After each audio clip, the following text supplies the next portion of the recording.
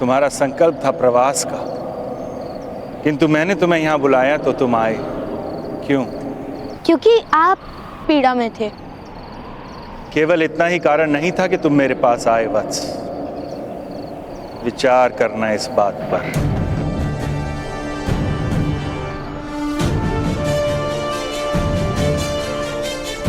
जाओ अब पुत्र, यशस्वी भव।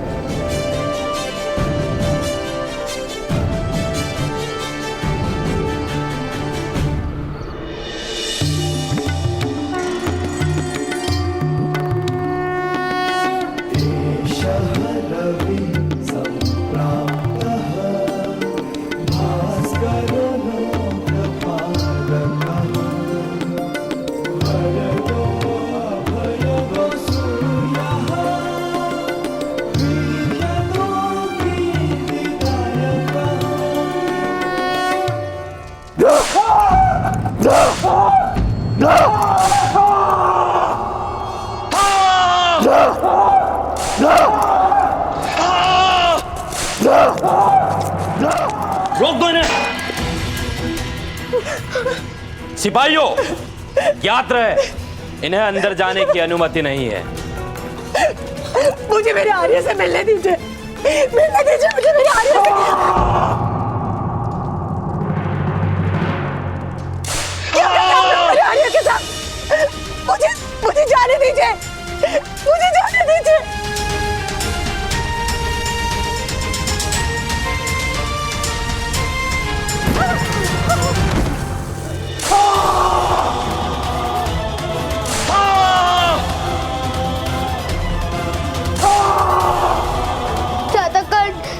शीघ्रता कीजिए, पिताश्री की रक्षा कीजिए।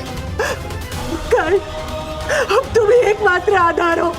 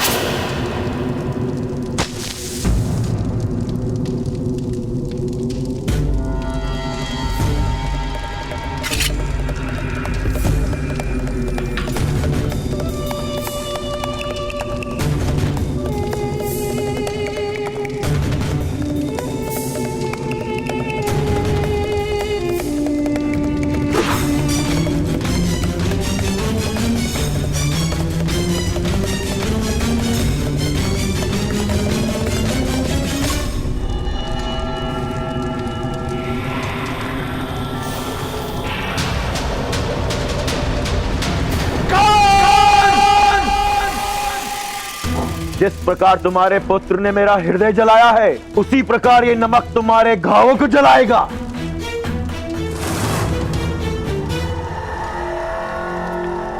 तुम्हारा पुत्र गया है महामुनि को लाने। महामुनि को हस्तिनापुर ले आकर वो तुम्हारी मुक्ति मांगने की इच्छा रखता है। मूर्ख है वो। महाराज तुम्हें मुक्त करे उससे पूर्व ही तुम्हारी मृत्यु हो जाएगी। इसका शिरच्छेद क्यों नहीं कर देते महोदय? नहीं कर सकते। परंपरा है कि शिरच्छेद प्रातःकाल ही हो सकता है, और फिर इसकी पीड़ा देख के मुझे आनंद मिल रहा है। इसका त्याग कर शीघ्र मृत्यु देने का क्या प्रयोजन? मार खाते खाते ही इसकी मृत्यु हो जाएगी। प्रातःकाल की प्रतीक्षा मत करना मदंजय, अन्यथा तुम्हारी मनोकामना पूर्ण नहीं हो पाएगी। मेरा पुत्र अवश्य सफल होकर आएगा, और विश्व की कोई भी माया या शक्ति उसका मार्ग नहीं रोक सकती।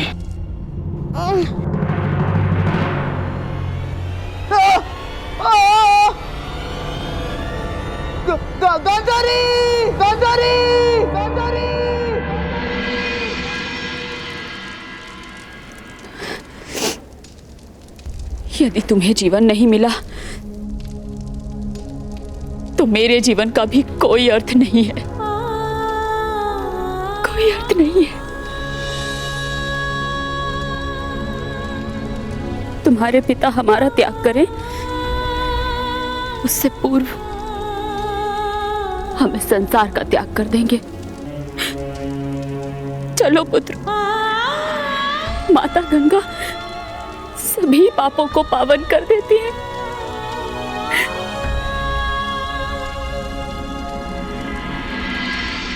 महामुनि व्यास,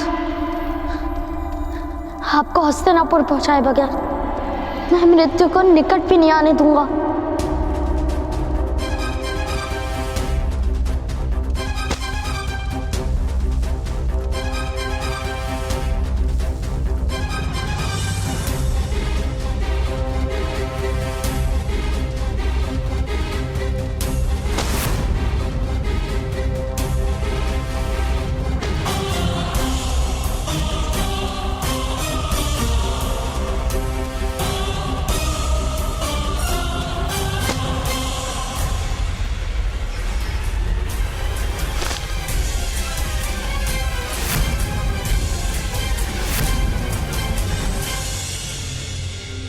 मेरा संकल्प है महामुनि, मैं आपको महारानी गांधारी तक पहुंचा कर ही रहूंगा।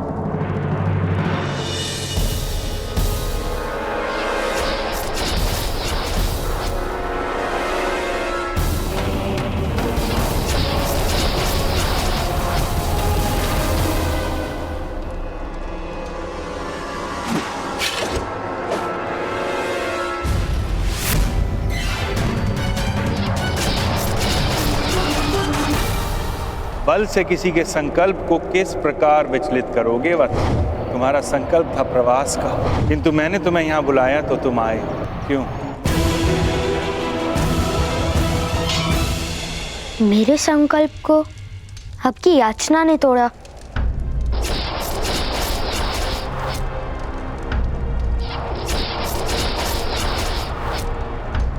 सब माया है।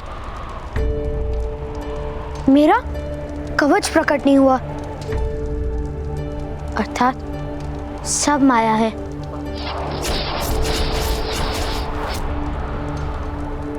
महामुनि का संकल्प है कि वो अपनी तपस्या को भंग नहीं करेंगे। उनका संकल्प केवल मेरे समर्पण से टूटेगा, मेरी याचना से टूटेगा।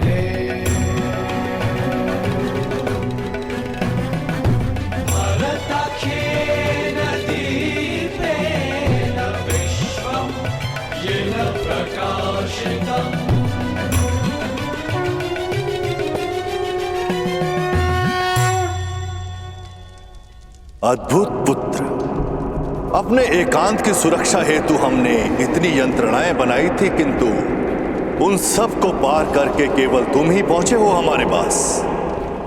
क्योंकि मुझे मेरे पिता को न्याय दिलाना है। न्याय के लिए एक बालक को संघर्ष करना पड़े, यह तो उस राज्य की दुर्दशा का आरंभ है। चलो।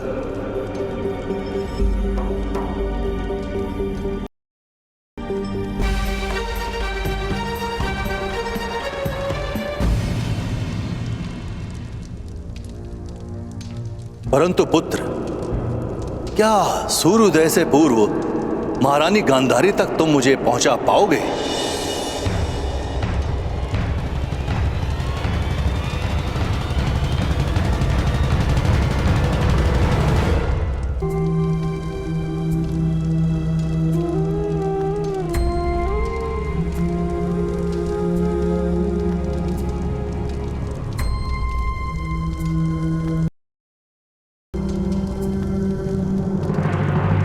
महारानी, ये मेरे जीवन का अंतिम प्रवास है। मुझे अकेले ही तय करने दो।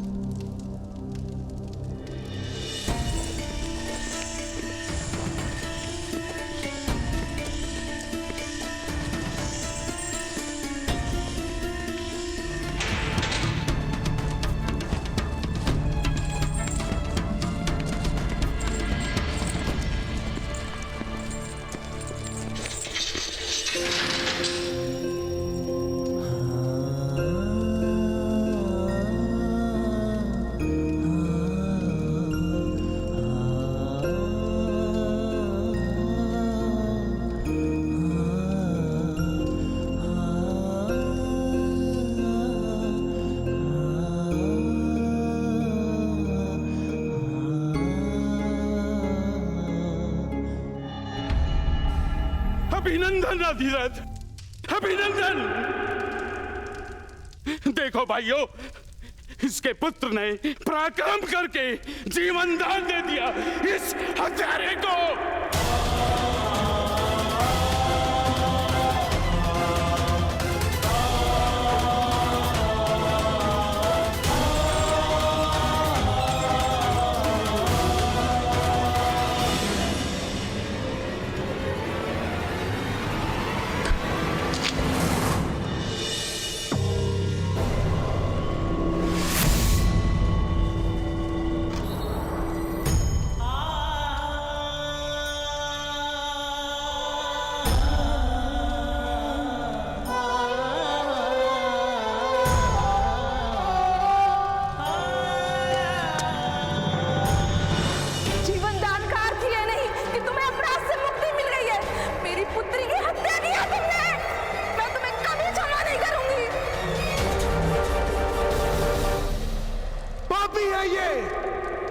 अपराधी है।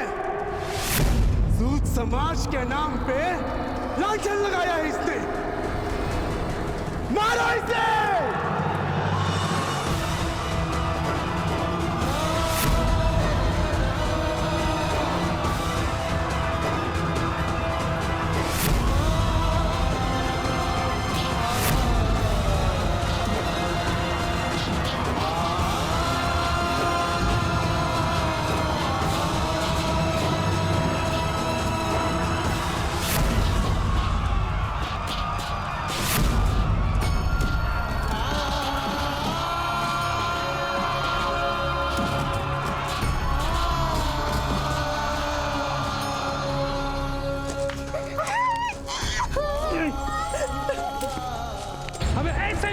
साथ समाज में नहीं रहना है, जा भाई जा, अपने परिवार को लेके कहीं और चला जा।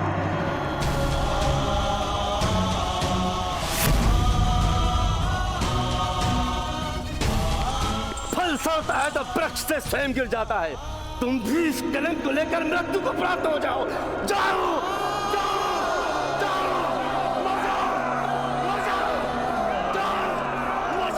ऐसे व्यक्ति के साथ समाज में नहीं रहना है, भाई जा, अपने परिवार को लेके कहीं और चला जा। तब पिताश्री तो निर्दोष है ना, तो फिर क्यों ये लोग?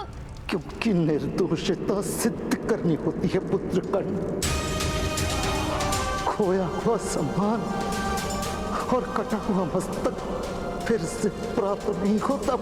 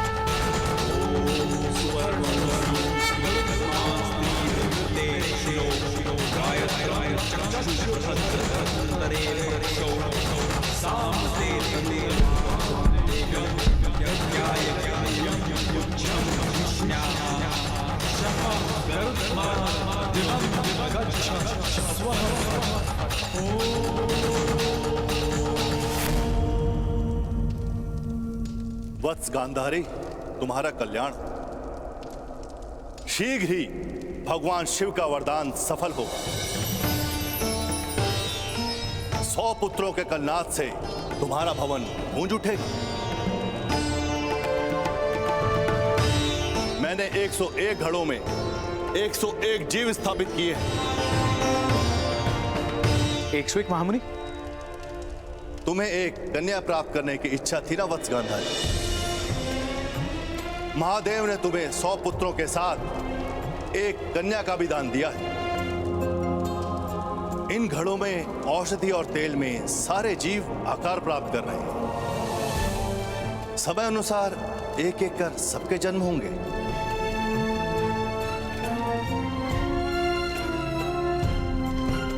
प्रणाम महामुनि। मेरी बहन के पुत्र शीघ्र ही जन्म लेंगे गांधार राज शकुनी। महामुनि, मेरा पुत्र मेरे पश्चात कुरुराष्ट्र का राजा तो बनेगा ना? पुत्र धृतराष्ट्र, तुम संतान प्राप्त करने का सुख भोगो। अपनी योजनाओं का भार अपनी संतान के सर रखकर उसके जीवन में क्यों महत्वाकांक्षाओं का विष घोल रहे हो? अभी तो वो जन्मा भी नहीं। समय से पूर्व समय की गति को जानना भी एक अभिशाप है। इसीलिए इस समय चिंताओं का त्याग करो वत्स। ये उत्सव का समय है।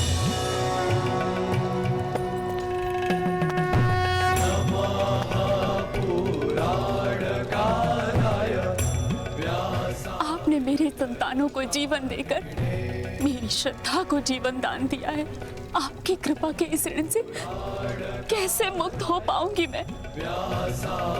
कृपा और ऋण, अगर कृपा का ऋण चढ़ता तो मनुष्य ईश्वर की कृपा के तले दबकर मर चुके होते। ऋण उपकार का चढ़ता है, कृपा का नहीं। तुम्हारे माथे पर यदि कोई ऋण है तो वो उस बालक का जो हमें यहां तक लेकर आया।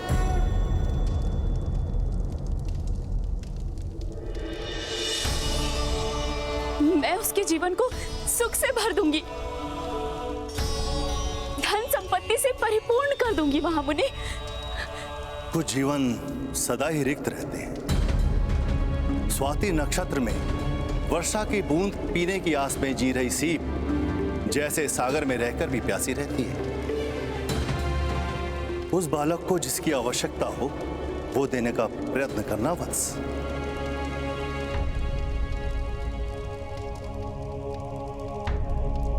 सैनिक, उस बालक और उसके पिता को राज्यसभा में प्रस्तुत किया जाए। जी महाराज।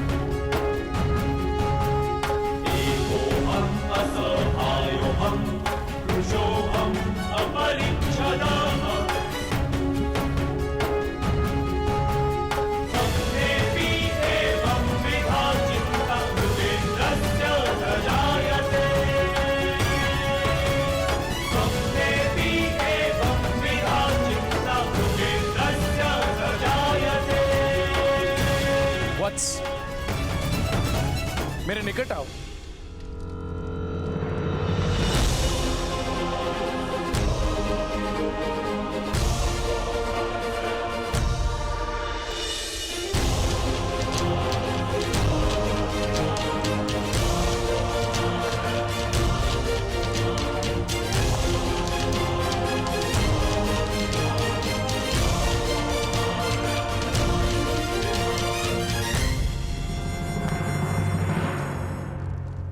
आज तुमने हस्तिनापुर के सम्राट पर उपकार किया है।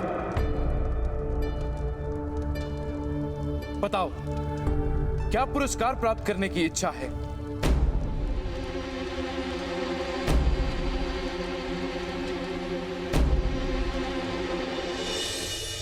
मेरे पिताश्री को मृत्युदंड दिया गया है महाराज। वत्स, मैं इसी क्षण तुम्हारे पिता के सभी अपराधों को क्षमा कर उन्हें मुक्त करता हूं।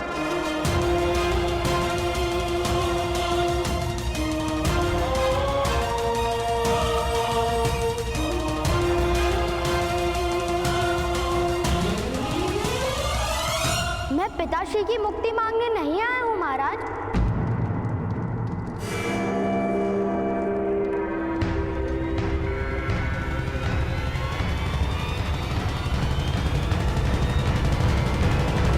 मुक्ति मांगने नहीं आए तो फिर क्या आशा है वत्स?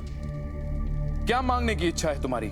मेरे पिताश्री को मृत्यु दंड दीजिए महाराज।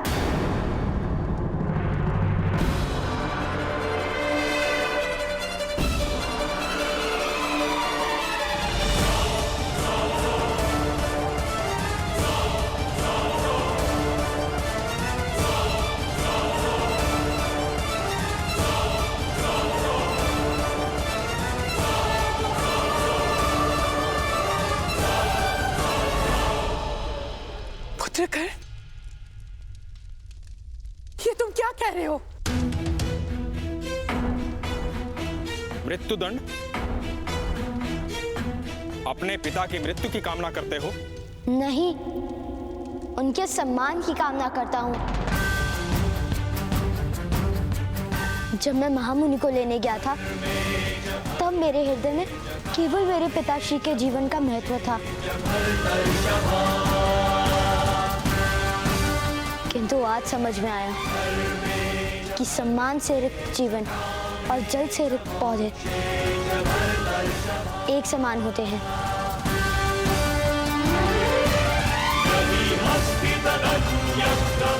देव अदेव सूख ही जाते हैं।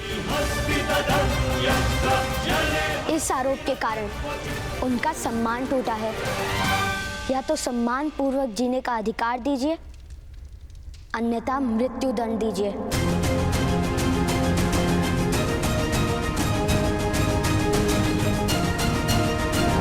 पुत्र, तुम अपने पिता से उनके जीवन का अधिकार छीन रहे हो। नहीं, मैं अपने पिता को सम्मान का अधिकार देने का प्रयत्न कर रहा हूं।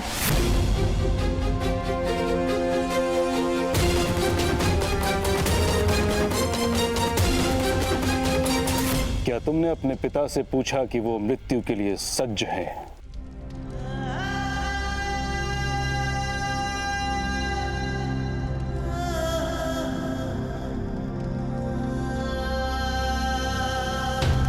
मेरा मन मेरे पिताश्री की छाया है महोदय।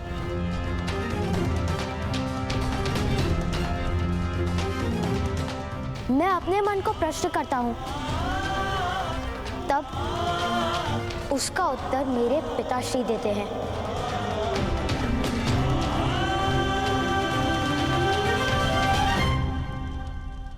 अद्भुत, अद्भुत हो तुम पुत्र कर्ण। सम्मान, अधिकार, इन दो शब्दों का अर्थ अधिकतर मनुष्य मृत्यु तक नहीं जान पाते।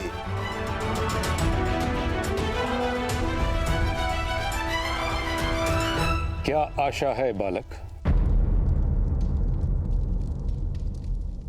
मेरे पिताश्री ने उस भुगत ग्राम के कुएं में विष नहीं डाला था।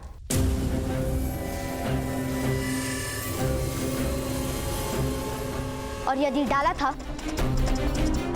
तो समग्र समाज के सामने सिद्ध कीजिए कि मेरे पिताश्री ने अपराध किया है।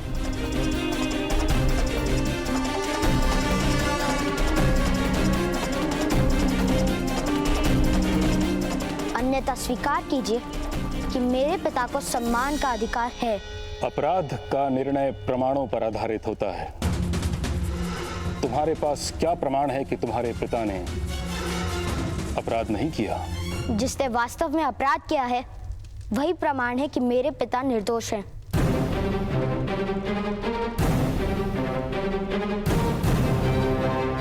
कहां है वो व्यक्ति? उसे इस सभा में उपस्थित करो।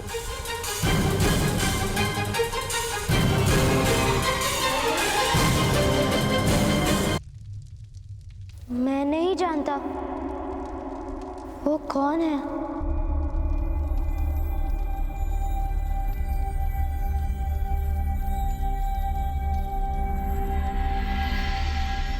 आप उसे ढूंढिए महोदय। मेरे ताऊ कहते हैं कि अपराधी को ढूंढकर उसे दंड देना राज्य का कर्तव्य होता है।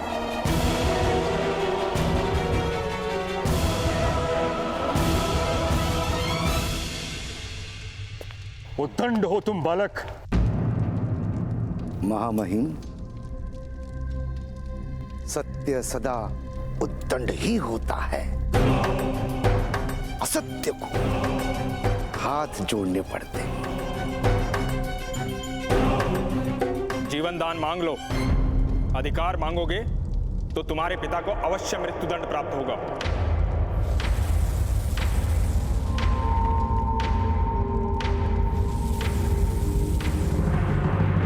मेरे पिता ने शिक्षण दिया है कि हम सूत हैं, श्रम करके धन कमाते हैं, दान नहीं लेते।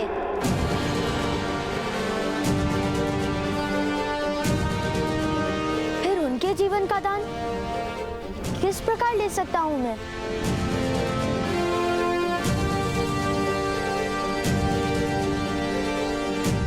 मैं उस अपराधी को राज्यसभा में अवश्य उपस्थित करूंगा।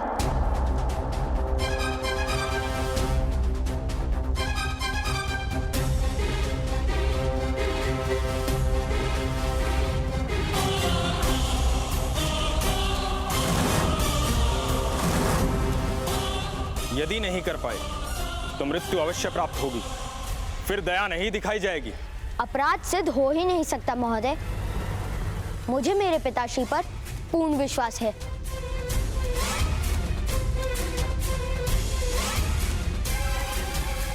अन्यथा अपराध के विचार से ही उनकी मृत्यु हो जाती। कल प्रातः काल तुम अपराधी को प्रस्तुत करो, अन्यथा तुम्हारे पिता को दंड प्राप्त होगा।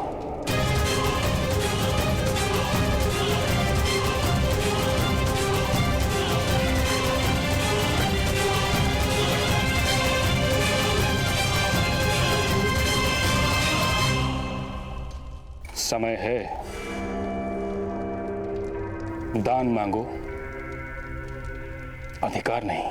मेरे ताऊ कहते हैं कि अधिकार तो ईश्वर देता है, मनुष्य तो केवल उसे स्वीकार करते हैं।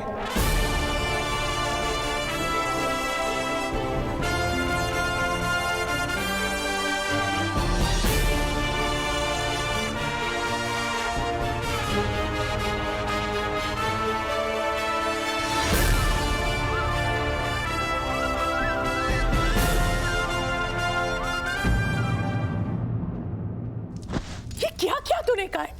क्या विचार करके ऐसा अनुचित वरदान मांगा?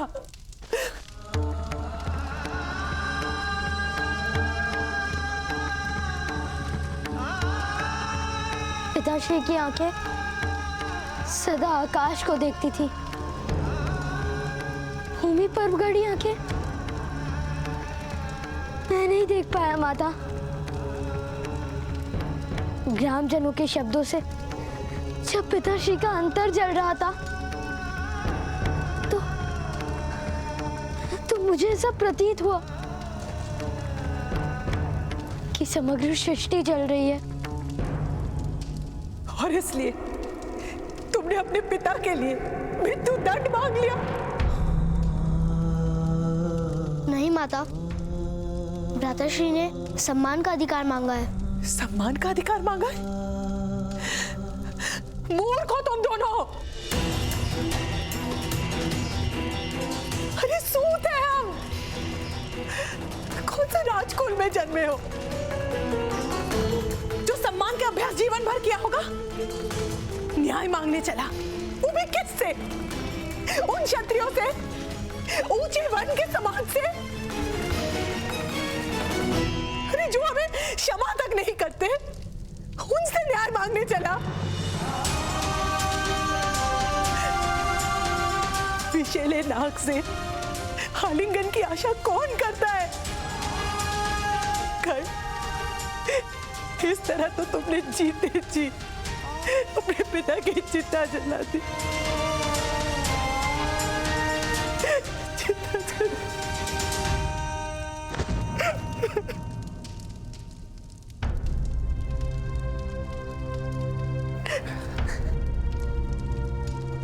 राधा, वृक्ष को हठपूर्वक मोड़ कर रख दो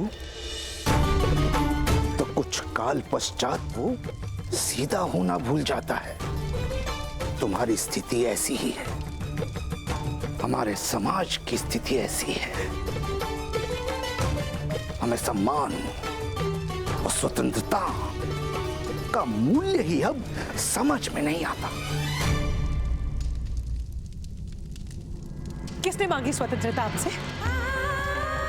किसे अपने जीवन से पीड़ा है? केवल आपको। जेठ जी, जिन्हें सुख के स्वप्न देखने में रुचि है, उनकी निद्रा तोड़ने का यज्ञ क्यों आरंभ किया आपने? और उस यज्ञ में मेरे आर्य की बलि क्यों देना चाहते हैं आप? नहीं माता, पिताश्री का बलिदान नहीं होगा। भ्राताश्री पे विश्वास रखिए।